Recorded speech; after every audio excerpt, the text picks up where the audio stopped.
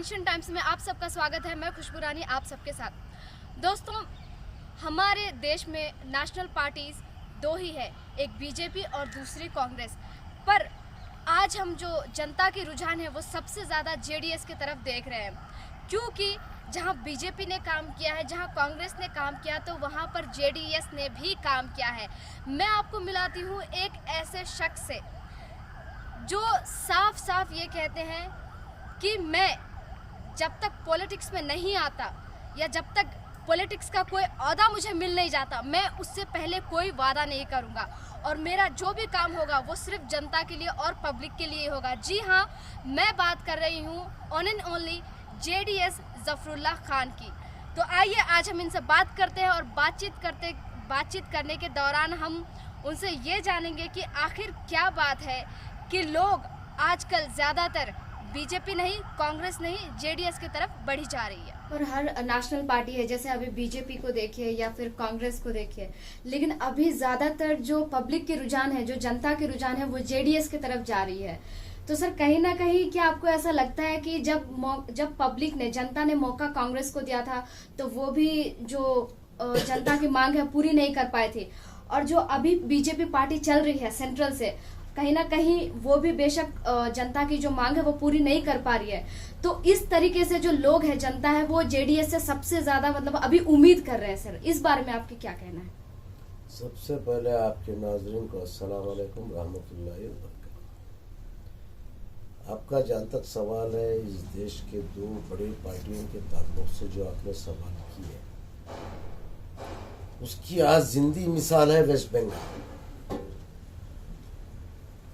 जो ममता बनर्जी की तृणमूल कांग्रेस जो है वो आज जिंदी मिसाल है।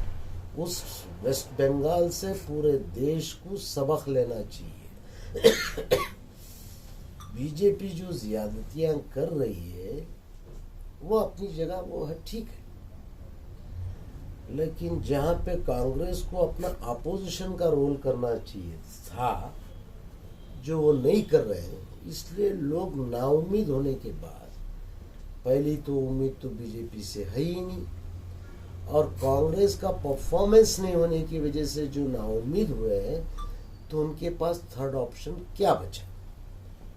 पूरे देश का जहां तक सवाल है, अगर आप रियासत कर्नाटका की बात कर रहे हैं तो बीजेपी गवर्नमेंट की पॉलिसीज क्या क्या हैं, कोरोना में लोगों ने क्या क्या दिक्कतें उठाए, आज भी कितने लोग परेशान हैं, कहीं किसान परेशान है तो कहीं मजदूर परेशान है, कहीं नौजवान परेशान है।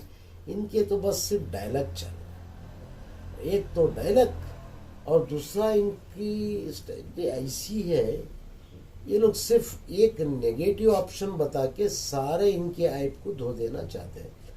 जब भी इनकी सरकार के कमजोरियों के मुद्दे सामने आते हैं तो इन लोगों ने एक अपना तरीका अपनाया है कि मुसलमान का इशू सामने लेके आओ, हिंदू वाला इशू सामने लेके आओ, या दलित या ब्राह्मण वाला इशू सामने लेके आओ, जात वाला इशू सामने लेके आके ये अपने सारे ऐबों को, सारे गलतियों को ये लोग ढाक रहे हैं। और जिस आवाज से कांग्रेस आवाज उठाना चाहिए, कांग्रेस इसमें टोटली फेल्योर है। तो इन सब हालातों को मुद्देनजर रखते हुए कर्नाटका की अवाम, जहाँ के मुसलमानों की आबादी कम से कम 1.25 करोड़ है, तो उनके पास थर्ड ऑप्शन बचता है जनता दल। अब जनता दल को क्यों, सवाल ये भी तो पैदा होता है ना, जनता दल को क्यों चॉइस करेंगे?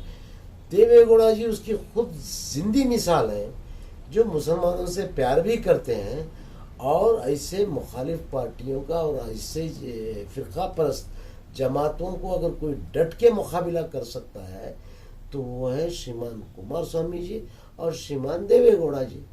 तो इन दोनों पे तो यकीन लाना ही होगा। तो उम्मीद करता हूं कि आने वाले दिनों में कसी तादाद में मुसलमान लोग जनता दल को पसंद करेंगे। और इस रियासत के मुसलमानों को ये नहीं भूलना चाहिए कि इन्होंने 1994 में देवेगौड़ा जी की सरकार बनाई थी। यही मुसलमानों की ताकत पे ही तो जनता दल बनी थी, जो सेंट्रल तक प्रधानमंत्री तक बन गए देवेगौड़ा जी। तो उन सब बातों को वापस रिवाइंड करेगी ये कौम। पहले तो मोबाइल नहीं था, टीवी वगैरह देखते नहीं थे, सोशल मीडिया यूज नहीं करते थे। आज आप लोग सब सोशल मीडिया में आ गए हैं, तो जाहिर है कि आवाज़ सभी तक पहुंचेगी, सभी जानकार होंगे। तो जानकारी हासिल करने के बाद में उम्मीद करता हूं कि वो हमारी पार्टी को इंशाअल्लाह ताला 2023 में हम लोगों को इख्तिदार में आने की मदद करेगी। मेरे को कौम से उस पाक परवरदिगार से दोनों से उम्मीद। सर जीत कर आने के बाद क्या क्या काम होगा सर आपकी पार्टी से? वक्त से पहले झूठे वादे करना एक खान की फितरत में नहीं है। अगर हमारी सरकार पूरी मेजॉरिटी के साथ सिंगल लार्जेस्ट पार्टी बन के अगर इख्तिदार में आती है, हम वो सारे शराइत को मनवाएंगे श्रीमान कुमार स्वामी से और श्रीमान देवेगौड़ा जी से, जो हमारे मुसलमानों के फ़ायदे के, जो अवाम के फ़ायदे के, जो हर कौम हर मज़हब, क्योंकि जनता दल पार्टी जो है ये सिर्फ मुसलमानों की पार्टी नहीं कह सकते, ये सिर्फ कोई एक पर्टिकुलर कम्युनिटी की पार्टी नहीं है, ये एक सेक्युलर पार्टी है। हर किसी को बराबर का हक दिया जाएगा इस पार्टी से, इस बात का यकीन मुझे है। अगर मैं आज से ही बोलूँगा कि हम तुमको ये नवाज देंगे वो नवाज देंगे, ये झूठे वादे ये बीजेपी को साजता है, जनता दल एस वालों को साजता नहीं है। हम लोग ये झूठे वादे नहीं करेंगे। उस वक्त के मुद्दे क्या होंगे? अभी देखिए अचानक कोरोना आ गया, ऐसे हालात आ सकते हैं, कई जगह बारिश और तूफान आ जाएगा, कई जगह पता नहीं कहीं सूखा पड़ जाएगा। उस वक्त रियासत के हालात कैसे होंगे, उस तरीके से अवाम को खुश करने के और सहूलतें देने के काम करेगी हमारी पार्टी, और क्या कर सकते। सर लॉकडाउन में जहां लोगों की सेफ्टी के लिए और उनके अच्छाई के लिए लॉकडाउन लगाई गई थी और जो टाइमिंग्स भी था वो भी मतलब बंद था पूरा, बट सर 1 तारीख को जो भारत बंद होने वाला था, ये अक्टूबर को, जो किसान के लिए जो मतलब जो अपनी मेहनत करके सब कुछ करके जो चावल है उसको देख के मतलब इंसान तक पहुंचाते, मतलब हम तक आप तक पहुंचाते खाने के लिए, लेकिन वो किसान को 1 दिन की परमिशन नहीं दी गई कि वो भारत 1 दिन के लिए अपने खुद के लिए अपने खुद राइट्स के लिए बंद रखा जाए। सर इस बारे में आप क्या बोलना चाहेंगे? देखिए, जहां तक भारत बंद का सवाल है, बंद से देश का उद्धार तो नहीं होता, लेकिन बेबस मजबूर किसान, उनके पास कुछ चारा भी तो नहीं है। वो लोग कभी भी गलत रास्ता अपना नहीं सकते, वो अपने अच्छाई के रास्ते को फॉलो करते हुए वो जो एक प्रोटेस्ट कर रहे हैं, उस प्रोटेस्ट के लिए उनका उतना हक तो बनता ही था। जबकि ये लोगों ने कई मेले किए, कई पता नहीं क्या क्या किए, लोगों ने कई प्रोटेस्टें किए, सरकारें बदलाए कोरोना के बीच में, कई पूजा प्रार्थना रखी गई, इन सब के लिए इनको कोरोना का कुछ फर्क नहीं पड़ा। लाशों को दरिया किनारे कईयों को तो दफना गया, कईयों को तो अंतिम संस्कार नसीब नहीं हुआ। तो ऐसे हालात में अगर किसानों को अगर उनकी इजाज़त दी जाती तो वो इस हिंदुस्तान के कॉन्स्टिट्यूशन के तहत वो अपना हक रखते थे, लेकिन सरकार की बर्बरता जारी है, सरकार का जुल्म तो जारी है। जहाँ तक किसान का ताल्लुक़ है, किसान अपना हक मांग रहा है, नाजायज़ नहीं मांग रहा है। किसान अपनी मेहनत का फल मांग रहा है, नाजायज़ तो नहीं मांग रहा है। लेकिन बीजेपी मौजूदा सरकार जो है अपनी ज़िद और नाक वाली बात बना ली है।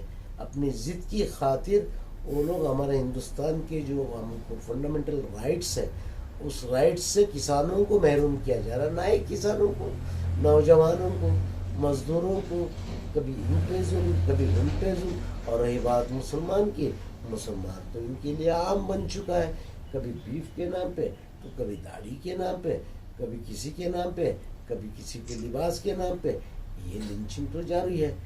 लेकिन आने वाले दिनों में बहुत बड़ा ख़तरा आने वाला है। मुसलमान तो साइड हो गया अभी अल्लाह ना करे कि वो दिन आए कि हिंदू की ऊंची जाति वाले नीची जाति को मारे या नीची जाति वाले ऊंची जाति को मारे। वो आग लगना नहीं चाहिए जो लगती नज़र आ रही है। अगर ये लग जाती है तो इस आग को कोई नहीं बुझा जाता। वक्त के होते हुए केंद्र सरकार को समझ जाना चाहिए, किसानों को उनका हक दे देना चाहिए, मज़दूरों को उनकी मजदूरी का रास्ता अपनाना चाहिए, और रही जो जिसके जो हक है उनको दे के सरकार में रह सकते हैं। वरना अच्छे अच्छों के ताज नहीं रहे तो ये आज हैं कल नहीं रहेंगे। इनका भी वही हश्र होने वाला है। इनकी दास्तानों में भी इनकी दास्तान नहीं रहेगी।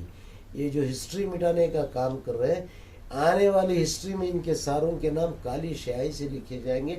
अगर यही रवैया रहा तो वक्त रहते हुए ये अपने आप को संभाले और अपने विचारों को बदले। देश की भलाई, देश की बहबूदी, देश की तरक्की, देश को ताकतवर बनाएंगे तो हुकूमत करने वाले तो आते रहेंगे, जाते रहेंगे, लेकिन देश बचना चाहिए, ये मेरा